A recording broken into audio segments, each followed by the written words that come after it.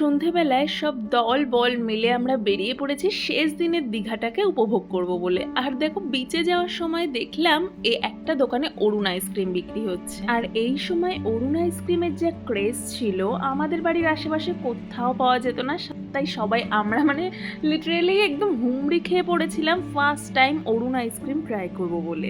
Ice cream খেতে খেতে পৌঁছে গেলাম একদম বিচের ধারে। ওখান থেকে বাচ্চারা সব গাড়ি চললো। আর আমার খুব মনে পড়ে যে আমি যখন ছোট ছিলাম এই ধরনের গাড়ি না একদম পাওয়া যেত না, শুধু মেলায় থাকতো ওই নাগরদোলা, বাচ্চাদের বিভিন্ন রকম নাগরদোলা, ওগুলোই আমাকে চড়তে হতো।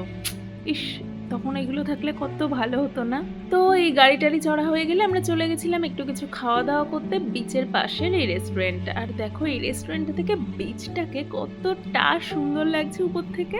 তো আমরা ওখান থেকে চিকেন ম্যাজেস্টিক, ফিশ ফ্রাই, হ্যাড্ডা প্যাড্ডা হাবি জাবি খাওয়া দাওয়া করে এবার চলে এসেছি বিচের পাশে যে মার্কেটটা আছে ওখান থেকে কিছু কেনাকাটা করতে, কারণ আজকেই তো শেষ দিন দীঘাতে, কালকে চলে যাবো বাড়ি। আর এই যে বিভিন্ন রকম মাছ পাওয়া যায় এইগুলো দেখে যে আমার কি লোভ লাগছিল। এখান থেকে আমার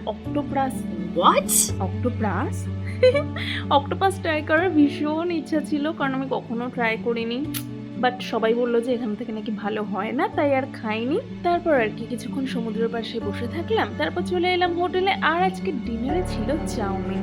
যদিও চাউমিনটা অর্ডার করার পর আমার মনে হচ্ছিল এটা যেন বেশিই হয়ে গেছে, কারণ আমার তখন পেট পুরো এতটা ভর্তি হয়ে গেছিল আমি আর খেতেই পাচ্ছিলাম না।